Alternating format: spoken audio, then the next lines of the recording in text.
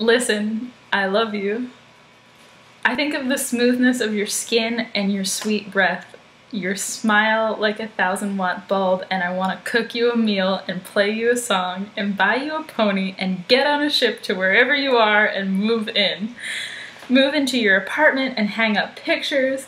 Move into your glorious body and stretch out. Take up residence in your mouth. Stretch a clean sheet across your chest and sleep there for a whole night and right through the next afternoon. I think of you in pictures and electric feelings and run-on sentences. I think of you in ecstasy and mourning.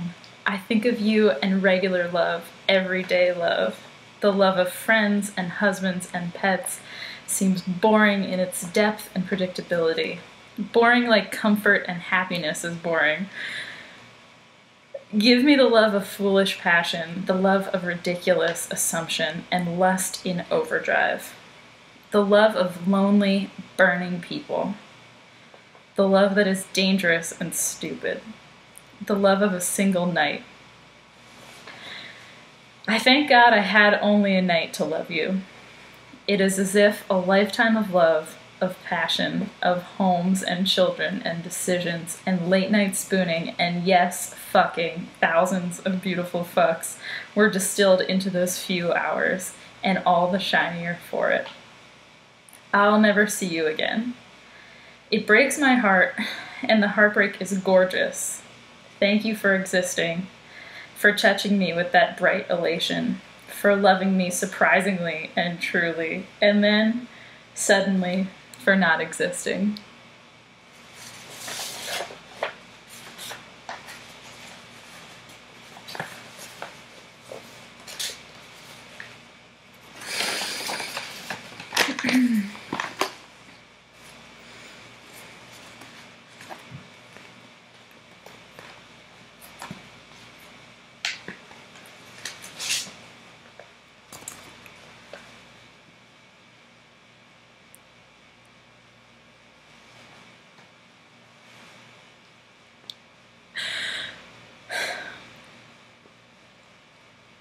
I love you.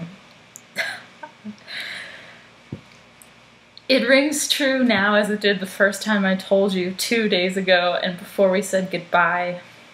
I wanted to kiss you with passion and desire, but I know that's not where you are with me, so I will be content with being however you need me to be.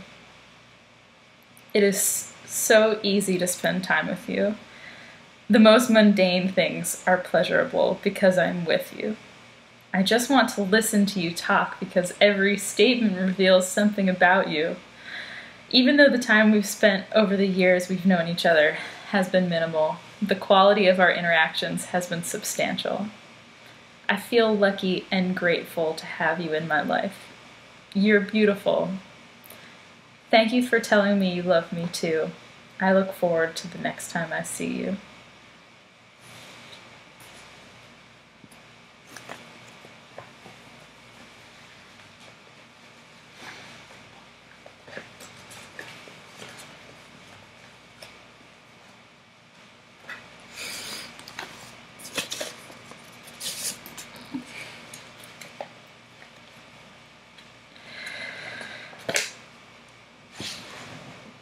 Listen, I love you.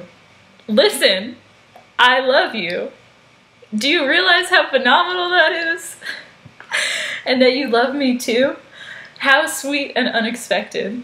I didn't even realize that is where it was headed. And suddenly I found myself in a car with you driving further and further away from our park, our streets, and our bakery. Your kisses caught me by surprise, and they are what gave you away.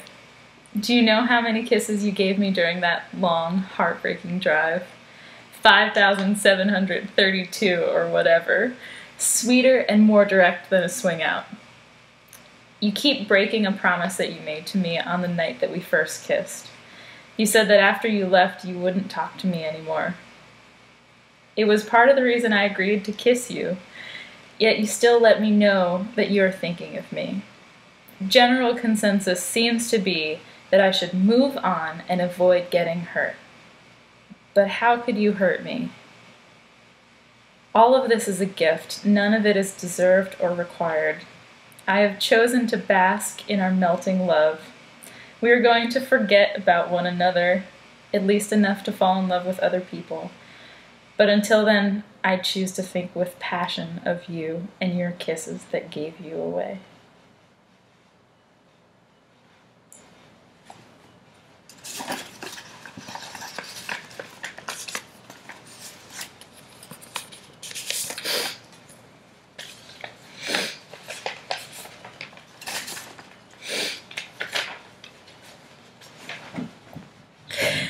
Listen, I love you.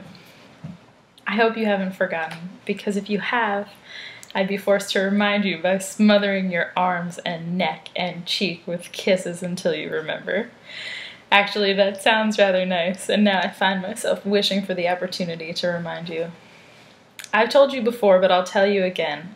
I admire your superpower that lets you stop and notice your half-empty cup and turn around and fill mine too while you're at it. You did it to me earlier today. It is now Tuesday if we're keeping track. And when it happened, it's a shame no one was around, because I laughed out loud with delight and excitement. You know the kind of laugh I mean. It's the one I learned from you. I get to see you soon, and we will dance and caper and laugh. You know the kind of laugh I mean, and be optimistic.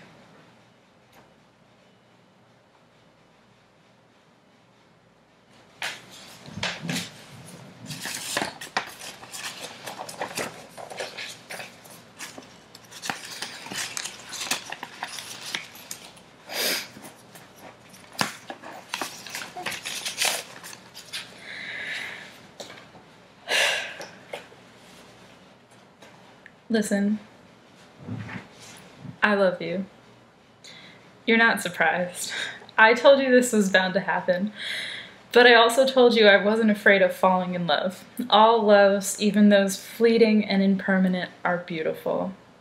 And I have no interest in avoiding beauty for fear of future consequence. So here we are. And I understand. I understand that life and love without her is raw and alien. Scuffed knees in empty apartments. How grateful I am, though, for the fortune to put a glimmer of joy into that space, to be part of your realization of future after heartbreak. But damn, the way you grin when we're in bed, holy God, it gets me every time.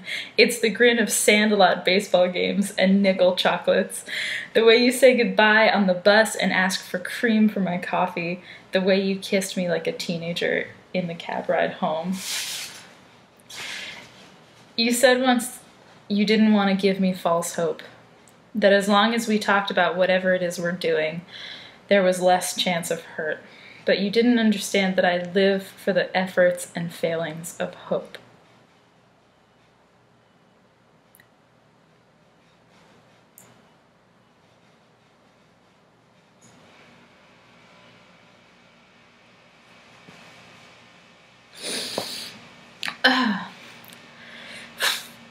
Hurt and hope and fear are all soaked in love, and we are fuller for them. So this love I harbor, however fleeting, however futile, is not a sadness, but a victory. I met the world and offered it my heart. I fear only this: when I tell you, you will leave. There is an ending, yes, but I don't want it just yet. So I keep you at my fingertips, so far from my grasp. Loving you is pretty damn pretty. Yours today, and hopefully tomorrow.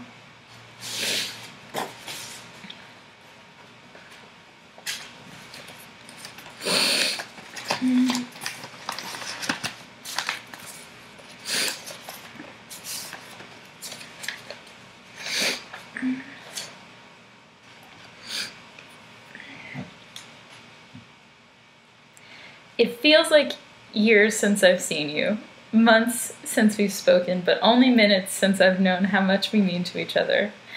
I feel as though there has never been a person more suited as a best friend and soulmate for me. The fact that we are blood related, I regard as sheer luck that I had the ability to have you in my life since the moment you were born. I know the fates, the winds, and spirits would have brought us together in our adventures along the way. You make me want to be a better person, a more adventurous person, a more mindful person, and a more open person.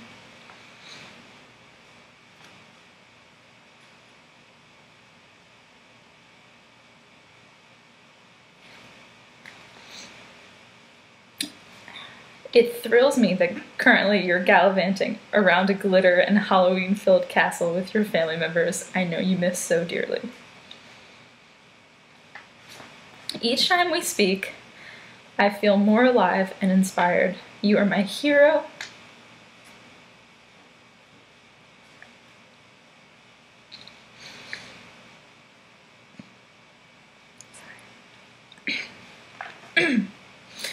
Beyond any comparison, never stop believing that your heart has led you to the exact places you are supposed to be.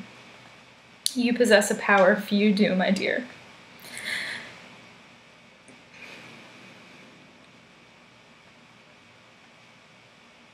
My child is blessed beyond the stars to have you to guide them from day one, as you have with their mother.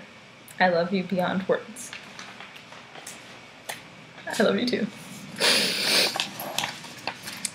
Well, people, that's what happens. That's what happens when you check your P.O. box. So please keep sending them. That was fantastic. And thank you for everyone who's written them so far. I know some of you, and I know who some of you are, but I don't think I know all of you, and I just thank you.